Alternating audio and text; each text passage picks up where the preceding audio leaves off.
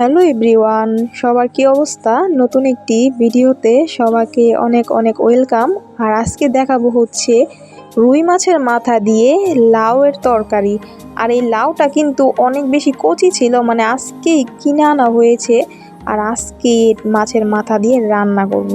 তো লাউগুলা আমি হচ্ছে চিকন চিকন করে একটু 3 কোনা করে কেটে নিয়েছি, মানে একটু পাতলা পাতলা স্লাইস করে। আপনারা দেখে অবশ্য বুঝতে পারছেন যে কীভাবে কেটেছি আমি। তো লাউটা কাটা হয়ে গেলে এইখানে আমি আজকে প্রেশার কুকারে খুব অল্প সময় রান্নাটা করব। যাদের প্রেশার কুকার নেই তারা হচ্ছে আপনারা এভাবে নর্মালি করার মধ্যেও সেমভাবে রাঁধতে পারেন। তো প্রেশার কুকারের মধ্যে লাউটা দিয়ে পরিমাণ মতো হলুদের গুঁড়া, পরিমাণ মতো লবণ দিয়ে ভালো করে নেড়ে চেড়ে দিব, এবং সাথে দিব হচ্ছে কিছু আস্ত কাঁচামরিচ দিয়ে ভালো করে নেড়ে চেড়ে এরপরে হচ্ছে আমি প্রেশার কুকারের ঢাকনাটা লাগিয়ে প্রায় 2টার মতো সিটি দিয়ে নিব। এর বেশি কিন্তু সিটি দেওয়া যাবে না, তাহলে কিন্তু লাউটা একেবারে টক হয়ে যাবে এবং হচ্ছে কালারটাও নষ্ট হয়ে যাবে। তো নাড়াচাড়া হয়ে গেলে এখন হচ্ছে প্রেশার কুকারের ঢাকনাটা আমি ভালো করে লাগিয়ে দিলাম। লাগিয়ে গুনে গুনে 2টার মতো সিটি দেওয়ার সাথে সাথেই কিন্তু আমি আবার সিটিটাকে খুলে নিব। তো ওই পাশে এটা সিটি বাজতে থাকুক, এই পাশে আমি আবার মাছের মাথাগুলো ভালো করে ভেজে নিব। তো পরিমাণ মতো তেল দিয়ে এরপর হলুদ এবং লবণ মাখানো মাছের মাথাটা আর কি ভেজে নিব। এখানে 2টা মাছের মাথা আছে, আর মাছটা কিন্তু বিশাল বড় সাইজের ছিল। মাছটাও আজকে কিনে আনা হয়েছে। তো সব কিছু একেবারে তরতাজা থাকার কারণে মনে হলো যে আজকে লাউ দিয়ে মাছের মাথা রান্না করে ফেলি আর আপনাদের সাথে ভিডিওটা শেয়ার করে ফেলি। যাই হোক, এখন হচ্ছে একেবারে মচমচা করে মাছের মাথাগুলো ভালো করে ভেজে নেব, একেবারে লাল লাল করে আর কি। অবশ্যই কিন্তু ভালো করে ভেজে নেবেন। তো ভালো মতো ভাজা হয়ে গেলে আমি ইনস্ট্যান্ট সাথে সাথেই কিন্তু আবার আমি সেই লাউয়ের উপরে দিয়ে দিব। এখানে লাউয়ের সিটি বাজতে থাকুক, আমি হচ্ছে গুনে গুনে 3টা দেওয়া যাবে না, 2টার মতোই সিটি দিব। এর বেশি কিন্তু কোনোভাবেই দিবেন না।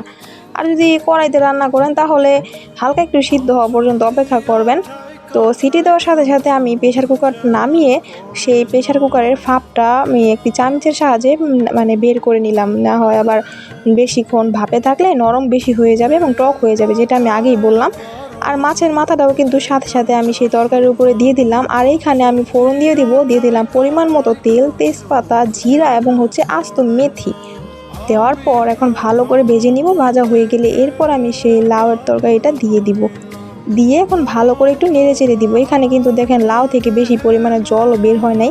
আর লাউয়ের কালারটা দেখেন কি সুন্দর, একেবারে সবুজ সবুজ রয়ে গেছে। আর বিশ্বাস করবেন কিনা জানি না, আজকের এই তরকারিটা এত বেশি মজাদার হয়েছিল, মানে আমার কাছে এভাবে অনেক বেশি ভালো লাগছিল। তো নামানোর আগে আমি হচ্ছে ভাজা জিরার গুঁড়া, ধনিয়া পাতা কুচি এবং হালকা একটু চিনি দিয়ে ভালো করে নেড়ে চেড়ে নামিয়ে নিব।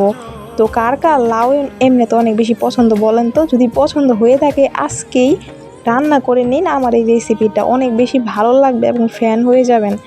আর আমার কাছে লাউ এভাবে অনেক বেশি ভালো লাগে। লাউ কিন্তু আমাদের স্বাস্থ্যের জন্য অনেক বেশি হেলদি। তো যাই হোক, কথা বলতে বলতে আমার লাউ রান্নাটাও কিন্তু শেষ হয়ে গিয়েছে। একটু মাখা মাখা হয়ে গেলে এরপর আমি নামিয়ে নিব।